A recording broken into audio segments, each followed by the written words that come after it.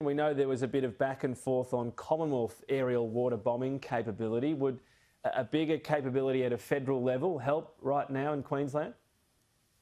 No, look, I've spoken to my Queensland counterpart and they have all the assets they require at this stage. And in fact, New South Wales has sent one of their assets up to Queensland to support them in this effort. You've got to appreciate this is a little bit of a unique fire because the landscape is basically predicated off sand. So it means you've got to dump a lot more water to have the same impact you normally would in another environment. I mean, effectively, they normally would dump around 100,000 litres a day on a fire of this scale. At the moment, they're dumping around 1 million litres. So hence is the scale of this predicated primarily on the topography of the land and the landscape being sand. So they have what they needed and the Minister himself has said if they require assets from a federal perspective, he'll obviously call straight away, but they are confident that they are doing all they can within the constraints of the weather and the environment to maintain this, and they're obviously trying to protect Happy Valley as we speak, and they're confident that with the assets coming from New South Wales that will be achieved. Yeah, well, you have a situation at the moment where at least the country's not stretched, so that's a bit less of an issue right now. Just on the Queensland Government, though, they have said there's an issue with using a lot of the very close freshwater because of biosecurity and cultural concerns with the Indigenous community there. Is there a sense that when this needs to be unfortunately overridden, are you sort of getting briefings on how the juxtaposition or the contradiction between wanting to make sure you can have those respects around those areas, but also threats to live property and land as well? Yeah, I think originally most of the management, as I understood, of the fire was taking place at a national parks level. Then when it hit a certain juncture, the Queensland Emergency Fire Service took over. They're still confident. In fact, there'll be retardant that will be that'll be dropped today in supporting the efforts on the ground. So obviously they're moving through this, understanding the local environment. But when the trigger points need to be pulled, they do pull them, and that's an important point to understand that the emergency service personnel that we have around the country are well equipped and have planned well for these types of events, and particularly when you look at unique environments, about how you can actually intersect that with protecting lives and the environment itself. I wanted to talk about agriculture. Output is certainly booming, thankfully. Not out of the draft full stop, but a much better situation. Exports, though, in the last financial year hit $3.5 billion, a drop overall. This seems to be mainly because of trade tension with China. What's the government's plan to get things back on track with China? Well, that's not actually correct, Tom. The reduction primarily has come around the higher-end value-added product, like meat, being reduced in terms of our export quantities, and that's because of the drought. The national herd is at a 40-year low and we're slowly rebuilding it. So there's been less cattle that have been processed through a lot of our abattoirs.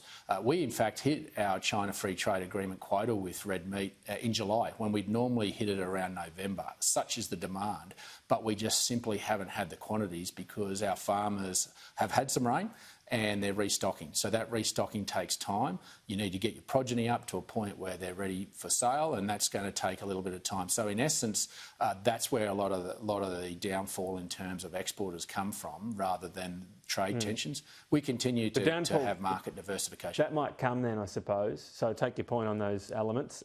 But the hit's coming, isn't it? I mean, it's already being felt somewhat in ag if you look at wine and so on. So what's the plan to get that relationship back on track? Is there a plan, or are you just going to have to sit there and wait until China cools off? Well, yeah, we'll be consistent and patient. They understand. We've been very clear in making it clear to China that we are not going to turn our back on the relationship. The best way to resolve any issues is through dialogue. And so our hand is out, ready to start that dialogue, but it'll be up to them when they wish to restart it. So that's the mature thing to do. That's leadership. Wait for China to come to us and open up dialogue. That's the extent of the plan at the moment? Well, you need to make sure that it's very clear to China and to any other entity that we may have issues with that we want to engage with dialogue to rectify any issues outstanding, but we will not compromise on our sovereignty, and that's what the Australian people would expect of us. That's what we'll continue to do. We'll be consistent, we'll be calm, we'll be patient, we'll be there. We'll never turn our back. We're going to make sure that we'll be there when they're ready to start that dialogue. I'll be the first ready to take the phone call or even meet in person person if needed to make sure that we can continue on with trade that benefits both China and Australia. What happens if China doesn't approach Australia? We just wait? Is there a plan B? I mean, is there something else being worked on? Because at the moment they seem pretty keen to freeze us out. Well, there's always been Plan Bs. That's why there's 13 other free trade agreements that are in place. There's countless market access to countries around the world. In fact, if you look at the ABARES report, it does show the diversification of many of our agricultural commodity markets. But there's no Plan B with China then? Well, to resolve any issue, you need to have dialogue, and dialogue is a two-way street, and that's what we'll continue to make sure that there's consistency in our language about making sure that we're always open to having dialogue at any juncture. Okay. Llew O'Brien is coming back to the Nationals party room. Did you encourage him to come back? Yes, of course I did. I mean, Llew was elected as a National Party member. He's a passionate advocate for Wide Bay. And in fact, I mean, if I was living in Wide Bay, I'd be damn proud to have Llew O'Brien as my local member because he's all about his local community. So he sits within the values and principles of the National Party. We only look after regional Australians, and that's what we're proud of. We're not worried about what happens in metropolitan Australia. We'll leave other parties to do that. We're only worried about the bush and regional Australians, and that's what Llew does and personifies in his leadership in his local community. He's outspoken already wanting the government to pull out of the Paris Treaty because of COVID to make the Australian economy the priority. Do you agree?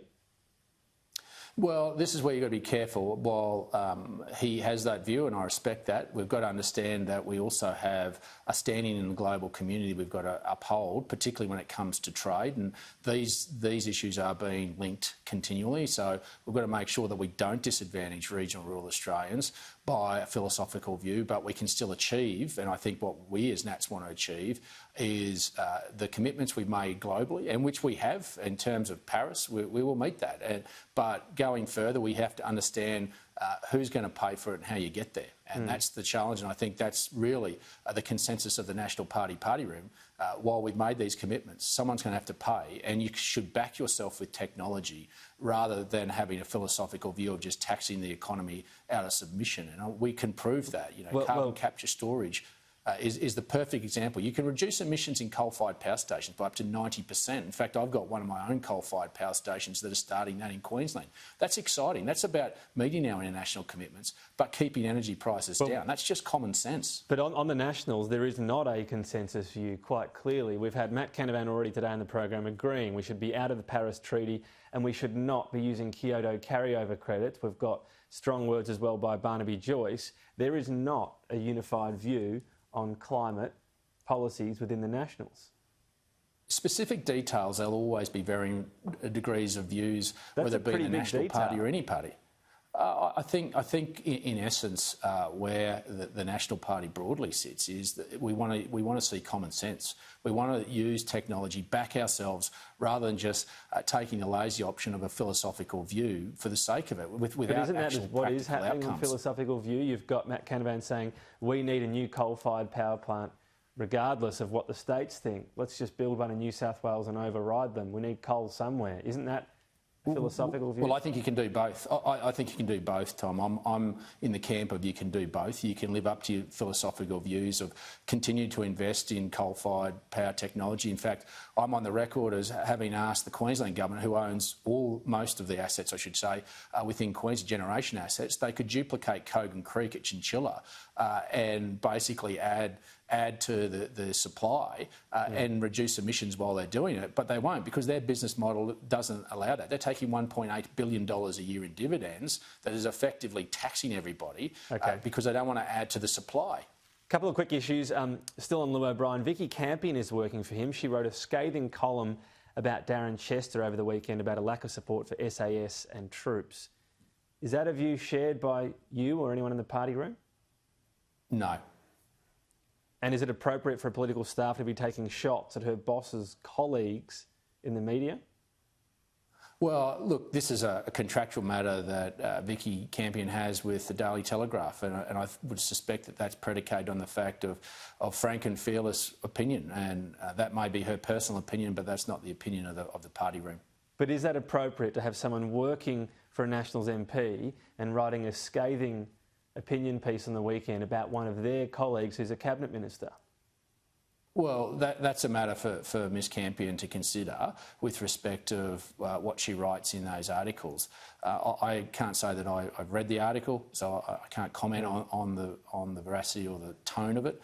I'm not afraid for anyone to call out my performance in any way, shape or form, and I'd be happy to actually be able to stand up for my performance if those that want to criticise me do. Would it be better for the party if someone in her position wasn't writing these opinion pieces, though? We're not afraid of being held to account. The National Party never has, no member ever has. That's how we operate. We're prepared to have those conversations and to be open and transparent about it. Just finally, you're spoken about as the person who could run and topple Michael McCormack by some of your colleagues. Do you fully support him in the job? Yes, I do. And should he go unchallenged to the next election? Yes, if Michael wants to run at the next election as the leader, I think that was settled back in February, and I think the mood within our party room is we just got to get on with the job. There are far more bigger issues surrounding regional rural Australia than the leadership of the National Party. It's more about the recovery out of the drought, the fires, the floods and COVID-19 than it is about ourselves.